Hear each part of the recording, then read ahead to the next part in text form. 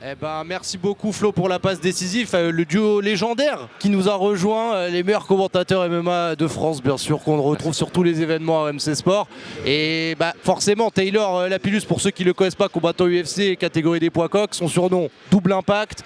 Antoine Simon, l'encyclopédie du MMA en France. Bah, il n'y a pas un truc que tu sais pas. Donc les gars, nous, vous savez, toute la semaine, on a parlé film de combat. On a parlé notamment d'un réalisateur-acteur qui s'appelle Donnie Yen, qui a introduit pas mal de jiu-jitsu, un peu de MMA dans les films d'arts martiaux. Il sort un nouveau film cette semaine qui s'appelle Sakra. Alors c'est plus un mode un petit peu film de combat traditionnel de KPDP, des pouvoirs, etc. Mais on s'est posé une question parce que comme vous êtes nos références et nos spécialistes combat, vous, c'est quoi les films de sport de combat qui vous ont marqué? Vous nous avez fait chacun un top 10. Alors on l'a peut-être pas rangé dans le bon ordre, mais il y a des très bonnes refs. Et bah, je voulais savoir finalement, c'est quel film qui vous a le plus marqué? Alors je sais pas qui veut y aller en premier. Moi j'ai trouvé que Taylor avait des méga refs, mais Antoine c'est peut-être les plus drôles aussi pour certaines.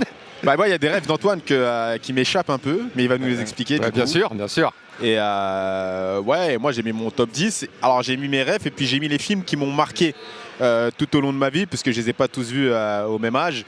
La 36e chambre de Shaolin, j'étais très jeune forcément, et c'est un petit peu le film, la première rencontre avec les arts martiaux.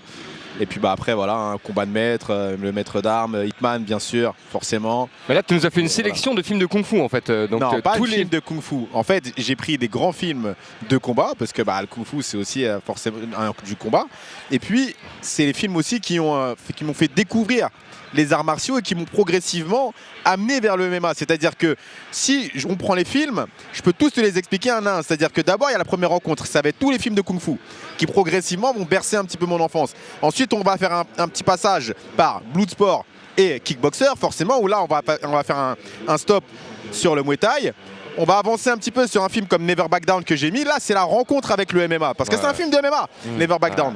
Et puis après, on avance un petit peu plus dans le temps. Mais ce que je veux dire, c'est que c'est ma sélection de films. Ça fait partie de mes films préférés.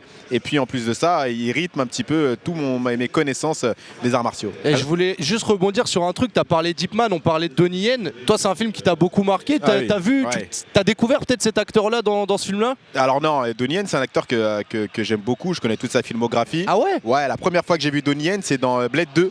Je m'en souviens, il joue un méchant vampire avec Wesley Snipes. Après, il fait beaucoup de films. Ce qu'il faut savoir, c'est qu'il joue par exemple dans un film comme Il était une fois en Chine avec Jet Li. Il avait souvent des seconds rôles. Et puis après, avec le temps, vers les années 2000, 2010, là, il s'est vraiment révélé. Forcément, il y avait Jet Li qu'on voyait moins, Jackie Chan qu'on voyait moins. Donc du coup, ça lui a laissé plus de place pour avoir sa propre filmographie à lui et puis ses premiers rôles. Mais c'est un acteur dont la carrière, je la suivais déjà effectivement. Ah ouais, moi j'ai kiffé. C'était un des premiers acteurs que je voyais taper des armbars, des triangles pendant les combats. Ouais, dans Flashpoint, il fait des armbars par exemple dans le film Flashpoint de Donnie Yen, dans lequel il est l'acteur principal. Il fait des armbars, tout ça. Il fait appel à plusieurs techniques de MMA. Je me permets de revenir sur cette histoire de armbar parce que l'un des premiers films pour moi, alors peut-être qu'on n'a pas le même âge non plus, Taylor, mais qui m'a vraiment ouvert à ça, la mixité des arts martiaux, c'était Opération Dragon, le film de Bruce Lee, où il va faire un tournoi, je sais pas si vous vous souvenez, qui ressemble déjà à des prémices de Vale Tudo. C'est un peu comme Bloodsport d'ailleurs. Je pense qu'on a mis tous les deux Bloodsport dans nos top 3 des films les plus marquants totalement dans l'histoire des sports de combat. Pourquoi? Parce que Bloodsport c'est l'UFC. Ouais, quelque part. C'est un peu ça. C'est l'ancêtre de l'UFC. Clairement. Bloodsport c'est le principe. C'est vraiment l'ancêtre de l'UFC. En tournoi d'arts martiaux, secret, illégal. Ouais. Et alors ce que je trouve intéressant dans ce concept, c'est que c'est inspiré d'une histoire vraie. C'est-à-dire Frank Dux a réellement existé. Et pour la petite anecdote, il faut savoir que Rorion Gracie et Art Devil, lorsqu'ils ont prospecté pour l'UFC 1, ils sont partis voir Frank Dux. Parce qu'ils se sont dit, ils connaissaient la réputation, ils avaient vu le film bien sûr. Donc ils se disent, le film est sorti en 86. Donc ils se sont dit, on a besoin d'un mec comme ça. Et ils sont partis le retrouver à une compétition de karaté. Et Frank Dux, qui était juste spectateur, s'est embrouillé avec un karatéka qui s'appelait Zen Frazier. Et ils se sont battus tous les deux et Zen Frazier a mis KO Frank Dux. Et donc les mecs de l'UFC ils ont dit quoi? Ils ont dit finalement c'est pas Frank Dux qu'il nous faut, c'est ce mec là. Et donc ils ont pris Zen Frazier et ils l'ont mis à l'UFC. Non mais c'est incroyable. Il y avait des gens qui disaient, des puristes, que le Jeet Kune Do de Bruce Lee, c'est peut-être même un côté précurseur du MMA parce que ça a été un des premiers à mixer les arts martiaux. Vous êtes d'accord avec cette partie-là? Ça ressemblait dans les combats, etc. Alors dans les combats de plus mixé. Visuellement c'était pas tout à fait ça, mais il faut savoir que Bruce Lee a développé son art pendant des années et surtout un jour il s'est remis en question C'est-à-dire à savoir qu'est-ce qui marchait, qu'est-ce qui ne marchait pas dans ce qu'il faisait. Et il a jeté la moitié de ses techniques à la poubelle. Il dit tout ça c'est de la connerie, ça marche pas. Et donc il a réinventé le Jeet Kune Do. C'est pour ça qu'aujourd'hui, le Jeet Kune Do continue d'avoir énormément d'adeptes. Et surtout des mecs comme Danilo Santo, qui était un élève de Bruce Lee, et d'autres personnes ont continué de développer ce sport. Ce qui fait qu'aujourd'hui, on a plusieurs combattants de MMA qui arrivent avec une base de Jeet Kune Do dans la cage. Non mais les gars, c'est quand vous faites le podcast sur les films de combat là, votre culture combat elle s'arrête où en fait? Bah, après ça Mortal Kombat Non, ça me régale. Rebondir juste sur 2 points Antoine qu'on voudrait expliquer. Karate Kid et Kung Fu Panda, qu'est-ce qui s'est passé? Non, mais en fait, on m'a demandé de choisir 10 films, mais c'est compliqué de trouver 10 films comme ça de but en blanc. Karate Kid, c'est malgré tout un film qui a marqué les esprits. Maître Miyagi. C'est-à-dire tout le monde a essayé. Je suis sûr que même Taylor l'a essayé. Alors, la technique du signe. Alors, moi j'ai essayé la technique de l'homme sous. Voilà, de Jackie Chan. Mais moi je comprends pas Kung Fu Panda. Là, faut que tu m'expliques. Kung Fu Panda, en fait, je trouve ça intéressant qu'ils aient fait un film sur le Kung Fu. Je trouve que les scènes de combat déjà sont très bien animées et franchement techniquement Kung Fu Panda c'est un boss hein. Tu le mets dans la cage, je suis sûr il tape pas mal de combattants. Parce qu'il amortit bien les coups, il a des mouvements incroyables. Non, il est très souple, et il a une grosse puissance. Non. Le film est très bien construit et surtout il y a tout cet aspect martial que j'aime bien. C'est-à-dire que le mec qui vient de nulle part, bon le panda en l'occurrence qui vient de nulle part, qui ne connaît pas les arts martiaux, mais qui en rêve et qui apprend avec un vieux maître. Donc l'apprentissage est dur et finalement ils adaptent le style en fonction du physique du panda qui parvient à devenir un super combattant à la fin. C'est fantastique. Bah, c'est un peu ton histoire alors finalement. Allez les gars, je vous donne un dernier défi. Je sais que déjà faire un top 10 c'est compliqué. Maintenant s'il faut en retenir qu'un seul, celui qui vous a le plus marqué, le plus influencé, ce serait quoi votre choix? Taylor, ce serait quoi le tien? Moi, ça serait. Alors, qui m'a le plus influencé dans quoi? Dans ma vie, au niveau des arts martiaux, dans ma vie de combattant. Celui que tu sais que tu peux le regarder 50 fois, tu sais que c'est celui-là, quoi. Bah, je peux tous les regarder 50 fois. C'est ça le problème, c'est que je fais tous selon l'envie.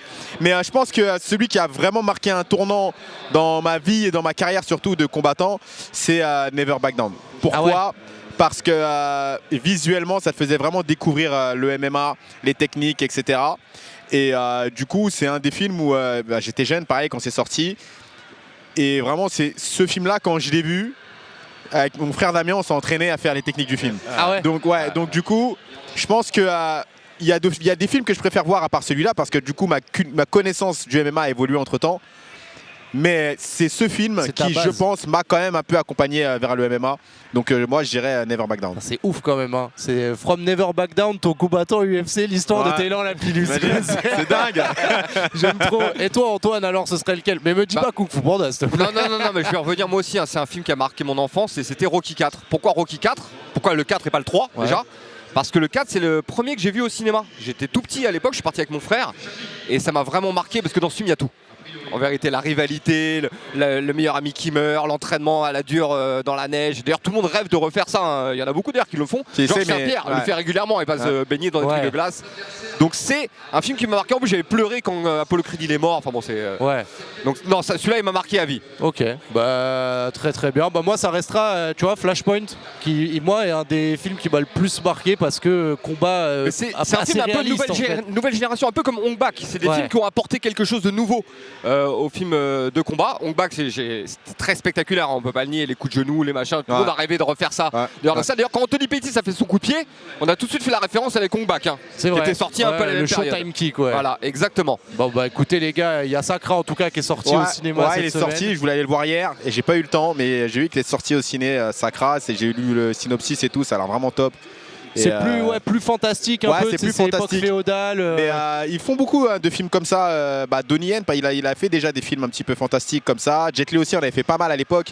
Des films un petit peu comme La Momie 3 par exemple, où il jouait un espèce de en tout cas, c'est bien dynamique. Genre, tu vois Tigre et Dragon qui est un peu qui est dans cet esprit-là, mais qui peut être très poétique et tout. Celui-là, les scènes d'action, ça part dans tous les sens. Non, totalement. Donc celui-là, j'ai failli me le faire hier et malheureusement, j'ai pas le time. Question de temps, là, ça va arriver. Mais je vais le voir. Franchement, ça a l'air top. Ok, bah écoutez, merci beaucoup en tout cas les gars pour ce top 10. Merci Flo pour l'introduction incroyable. Avec plaisir. On se retrouve parce que là, les combattants, ils vont pas tarder. Dans 15 minutes, donc je pense qu'il y a encore des choses à dire. Merci encore Absolument. Antoine et à toi Flo. On revient vers vous dans quelques minutes les gars.